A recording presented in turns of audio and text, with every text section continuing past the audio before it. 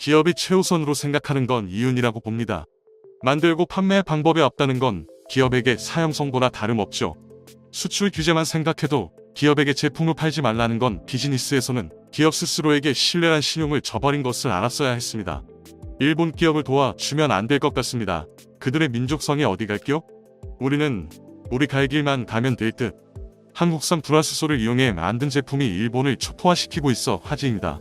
그간 일본인들은 한국이 수출 규제 품목을 국산화해 이를 적용한 제품을 만들 경우 불량률이 높아져 결국 실패할 것이라 비판해온 바 있습니다. 그런데 이런 와중에 한국 제품이 일본 내에서조차 놀라운 결과를 이끌어 기시다 정부를 당혹스럽게 하고 있다는 설명입니다. 특히 더 이상 버틸 수 없던 일본 경제단체 게이달렌 회장단이 대거 방안을 삼성에게 제발 자신들을 버리지 말라는 식으로 협력을 요청하고 있는 것도 그들의 자존심을 뭉개고 있는 것으로 나타났습니다. 한국에 머리를 숙일 수밖에 없는 일본. 무슨 일이 벌어지고 있는지 자세히 알아보겠습니다. 일본 전자 대기업들은 2000년 이전까지만 해도 세계 TV 시장을 석권해온 바 있습니다. 하지만 삼성과 LG에게 잇따라 밀리면서 경쟁력을 잃기 시작했고 그들은 몰락해갔죠. 히타치 제작소는 2018년 TV 생산을 중단했고 1965년 일본 최초의 컬러 TV를 개발한 도시바도 마찬가지였습니다. 도시바는 중국 하이센스의 TV 사업부를 매각한 후 작년 10월 결국 공장을 허물었던 상황입니다. 전성기 때 종업원이 7,000명에 달했지만 한국에 완전히 무너져버린 것입니다. 게다가 작년 11월에는 미쓰비시 전기가 액정 TV 출하를 종료하겠다고 선언했으며 비슷한 시기 파나소닉마저 유럽에서 TV 생산 철수를 결정했습니다. 이에 일본인들은 LG가 고성능 4K TV를 증산해 단가를 내린 것이 일본 기업의 몰락을 가져왔다. 싸구려라도 만들어서 한국과 싸울 수는 없습니까? 라며 분통을 터뜨리기도 했습니다. 일본 정부는 2012년 소니, 도시바, 히타치 등의 LCD 사업부를 통합해 재팬 디스플레이즈를 출범시키며 마지막 발버둥을 친 바 있습니다. 그리고 2015년에는 졸드를 자회사로 두며 또다시 한국 올레드를 따라잡으려 했습니다. 졸드는 수출 규제 직후인 2019년 11월 잉크젯 프린팅 기술을 기반으로 시장을 장악하겠다는 뜻을 밝히기도 했습니다. 예상대로만 되면 한국을 뛰어넘는 것은 시간 문제라면서 말입니다. 이와 함께 일본은 핵심 소재에 대한 수출 규제로 한국의 발목을 잡으려고도 했습니다. 일본이 차단한 불화수소는 반도체뿐 아니라 올레드 제품을 생산하는 데 핵심 소재였던 것입니다. 하지만 한국은 그대로 당하고만 있지는 않았습니다. LG 디스플레이는 패널 생산에 쓰이는 불화수소를 솔브레인 제품으로 대체했고 삼성 디스플레이도 일본산 액체 불화수소를 빠르게 국산으로 대체해갔습니다. 결국 일본에서 수입하는 불화수소는 2019년을 기점으로 크게 꺾여 거의 80% 이상 감소된 상태를 유지하고 있습니다. 이에 일본 스텔라 케미파와 모리타 화학은 큰 손실을 입었던 상황입니다. 그들은 100년에 달하는 일본의 불화수소 전문 기업의 노하우를 한국이 단기간에 따라잡는 것은 불가능하다며 자신감을 보여왔습니다. 한국산 소재로 작업을 할 경우 수율이 높지 않아 결국 몰락할 것이라면서 말입니다. 하지만 삼성과 LG는 국산 소재를 적용해 빠르게 수율을 안정시켜 나갔습니다. 그런데 최근 놀라운 소식 하나가 일본을 충격에 빠뜨리고 있습니다. LG 올레드 TV가 일본에서 크게 두각을 보이며 점유율을 높아버린 것입니다. 일본은 외국산의 무덤이라고 불릴 만큼 자국산에 대한 소비자의 충성도가 높은 시장입니다. 이런 일본에서 LG는 올해 1분기 말 10% 벽을 떼고 역대 최고 실적을 기록한 것으로 나타났습니다.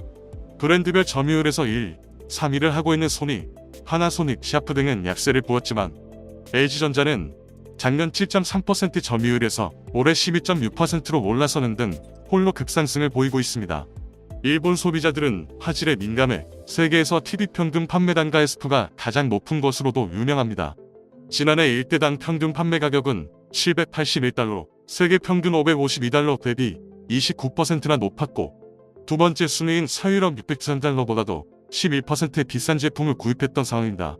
그리고 가장 낮은 중국 458달러가는 41% 차이를 보이기도 했습니다.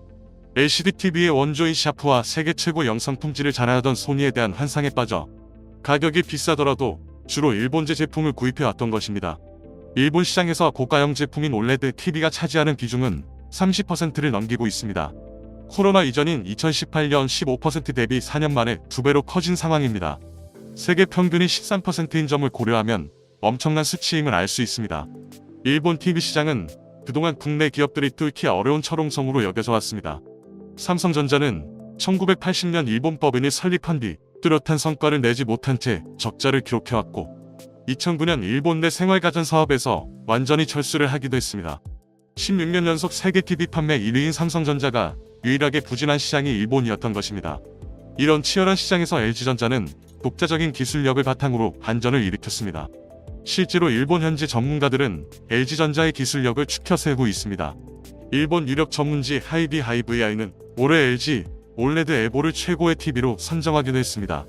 평가위원들은 해당 TV에 적용한 5세대 인공지능 알파고 프로세서를 두고 심장부의 진화가 TV의 질을 어떻게 끌어올리는지를 보여주는 좋은 예라며 호평을 내렸을 정도입니다. 이는 같은 LG 패널을 쓰는 일본 업체들을 뚫고 나온 평가나 더 의미가 있다는 분석입니다.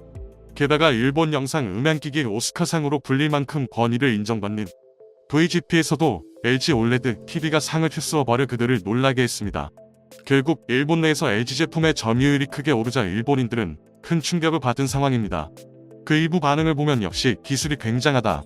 사용해보면 알지만 편리하고 만족한다. 일본 가전제품은 모두 LG제의 올레드 패널 탑재되어 있다는 소문이 있는데 사실입니까? 그렇다면 일본은 올레드 패널을 만드는 기술이 없는 걸까요? 재팬 디스플레이지가 더 고화질의 저렴한 올레드를 다른 원리로 양산하는 것 같지만 언론마저도 이를 거론하지 않고 있어 일본 패널은 신뢰를 할 수 없다. TV하면 LG나 삼성이군요. 한국의 열등감을 가진 일본인은 부정하고 싶어 하지만 삼성은 샤프나 도시바에서 커진 것이고 현대는 미쓰비시 자동차에서 발전한 것이다. 이미 조선, 철강, 액정에서도 밀렸다. 이런 상황에 게이단레는 한국을 방문하고 있다니. 이러면 다음 세대에 아무것도 남길 것이 없다. 주로 이런 반응을 보이고 있습니다. LG 디스플레이는 일본 기업을 포함해 모두 20개사의 올레드 패널을 공급하고 있습니다. 수출 규제 당시 소니 또한 LG에서 올레드 패널을 받아 TV를 생산하고 있었는데 한국 측이 역공으로 올레드 패널 수출을 막을까 벌벌 떨었던 것도 이 때문입니다. 한국 패널을 쓰고도 일본 가전업체들은 한국을 따라잡지 못하고 있습니다. 올해 전세계 올레드 TV 출하량 전망치는 약 900만 대 정도인데 그중 LG전자가 60%대를 차지하고 소니가 20%, 필립스가 5% 점유율로 예상되고 있는 것입니다. 이런 와중에 게이단렌의 한국 방문은 일본 내에서 큰 비판의 대상이 되고 있습니다. 게이단렌은 1946년 설립돼 1490개 기업 등에 가입된 일본 최대 경제단체입니다. 그런데 이들이 삼성을 찾아 자신들의 소재 부품 장비를 계속 써다며 머리를 숙이는 듯한 모습을 보여 일본 내에서도 굴욕적이라는 평가가 나오고 있습니다. 특히 게이단렌 회장인 스미토모 회장이 이재용 부회장을 만나 적극 협력을 당부했는데 스미토모는 삼성 스마트폰 등에 올레드 편광 필름을 공급해 오던 기업이라 주목을 받고 있습니다. 삼성이 편광판마저 그 길을 이룬 상태라 스미토모 회장을 다급하게 했다는 분석입니다. 스미토모학의 매출 구성은 편광판이 49%, 터치스크린 패널이 13%, 그리고 포토레지스트, 컬러 필터 등이 차지하고 있습니다. 스미토모가 편광판 분야 세계 1위를 하며 삼성에게 대부분을 공급해왔지만 작년 8월 삼성 디스플레이가 편광판을 사용하지 않는 올레드 패널을 상용화하자 대충격을 받았던 것입니다. 에코 올레드라고도 불리는 패널로 비투바이를 33% 높이고 소비 전력을 최대 25%까지 절감할 수 있는 획기적 기술이 적용돼 있습니다. 일본은 삼성이 반도체를 넘어 차세대 올레드 기술을 개발하는 것에 신경을 곤두세웠습니다. 일본 졸드는 2020년 6월 삼성을 상대로 특허 소송을 걸었을 정도입니다. 일각에선 졸드가 중국 초추로부터 2천억 원 이상 투자를 유치한 직후 소송을 공식화한 점을 두고 일본과 중국이 합심해 한국을 무너뜨리려 했다는 분석이 나오기도 했습니다. 하지만 삼성은 작년 1월 졸드에 맞고소를 하며 대응했고 결국 졸드는 5개월 후 꼬리를 내린 채 특허 분쟁에서 물러난 바 있습니다. 그런데 삼성이 최근 일본의 야심을 완전히 꺾어버린 행동을 해 세계를 놀라게 하고 있습니다.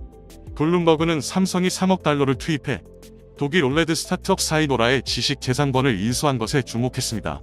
삼성벤처투자가 2017년 가치를 알아보고 약 140억 원을 투자한 바 있는데 그간 기술력이 크게 확대된 상태로 삼성품으로 들어온 상황입니다.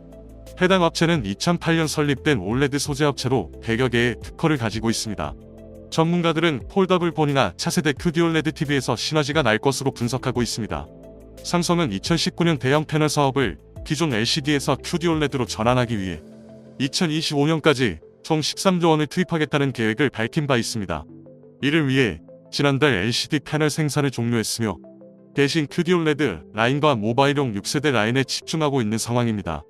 지난 3월 첫 선을 보인 QD OLED TV는 미국 시장 출시를 시작으로 영국, 프랑스, 독일 등 총 20개국의 제품을 내놓았고 호평이 이어지고 있습니다. 작년 11월까지만 해도 수율이 50% 수준이었지만 현재는 85%를 넘긴 상태입니다. 삼성 디스플레이의 패널 생산 능력은 약 100만 대 정도. 그중 일부를 소니가 구입해 자체 TV 제품으로 내놓기도 했습니다. 그런데 같은 패널을 두고도 삼성보다 훨씬 못한 원가 관리 능력을 보여 망신을 당하고 있습니다. 삼성전자는 65형 제품을 북미 등에서 약 3,000달러에 팔고 있다면 소니는 같은 패널로 만든 TV를 4,000달러 수준으로 책정해 판매하려 했던 것입니다. 결국 가성비가 더 뛰어난 삼성 제품이 더 인기를 끌고 있는 상황입니다. 졸드는 삼성이 복잡한 모바일용 OLED나 LG 디스플레이가 주도하는 대형 OLED 시장을 피해 컴퓨터 SA는 중소형 모니터 제품 쪽으로 눈을 돌리고 있습니다. 중국과 합심해 대형 OLED 공장을 짓기로 했지만 이 또한 진척이 없는 상황입니다. 크기와 관계없이 졸드의 점유율은 1%도 안 되는 초라한 성적을 유지하고 있습니다. 결국 일본이 한국을 맡기는 더욱 어려워졌다는 분석입니다. 일본 소재를 국산화해 전 세계 1위를 유지하고 있는 한국. 더욱 기술력을 높여나가길 바랍니다. 다음은 관객들의 댓글입니다. 삼성 절대로 일본을 봐주지 말아라. 금백년을 사람 목숨으로 가며 굴욕의 100년이었다. 한국은 일어납시다. 다시 한번 뛰어봅시다. 한국은 할 수 있다. 해야만 합니다. 위기보기, 국난 극복이. 취미인 나라다. 기술도 몇 단계 높은 기술을 연마해야 하고 다른 나라의 기술을 빼기지 말아야 한다. 이것 또한 제주다. 해봅시다. 최고의 기술을 세계 1위를 해봅시다. 한국 여러분 건강들 하세요. 제발요. 기도 기원하나이다. 이런 소식이 뭐가 중요한가요? 오늘 아베께서 돌아가셔서 너무너무 기분이 안 좋습니다. 더 오래 사셔서 나라를 말아 잡수셔야 했는데 우리나라는 소중한 순수 일본인 애국자를 잃었습니다. 형광판이 필요 없는 패널을 만들었다고. 이게 바로 기술의 요치지. 걸리적거리면 필요 없게 만들어버리는 것. 일본은 그동안 분에 넘치는 혜택을 받았습니다. 이젠 일본의 수준에 딱 맞는 농업 국가로 돌아가세요. 이제 일본의 라이벌은 베트남이 될 것입니다. 대신 한국은 최첨단 기술이 들어간 제품들 조금씩 일본에도 수출해드릴게요. 그동안 고생했다. 이제 분수에 맞게 돌아가자. 이참에 냉정하게 차버리지 않으면 영구히 비웃음거리로 전락한다. 소별이가 자신의 선대어른을 욕보이는 짓을 하는지 지켜봅시다. 일본 니들은 열도에서 농사짓고 사는 게 딱이다. 일본 니들은 한국 쳐다보지 말고 열도에서 갈라파고 쏘아하면서 방사능 화산 폭발, 지진, 싱크홀, 쓰나미, 코로나, 매도 이랑 장난치하며 사세요. 여행도 절대 가지 않을 거다. 일본 니들은 과거사 반성 사과 안 하고 요새 계속 장난질 치고 기시다가 까불었으니 크게 혼날 거다. 절대 도와주거나 받아줄 생각일도 없다.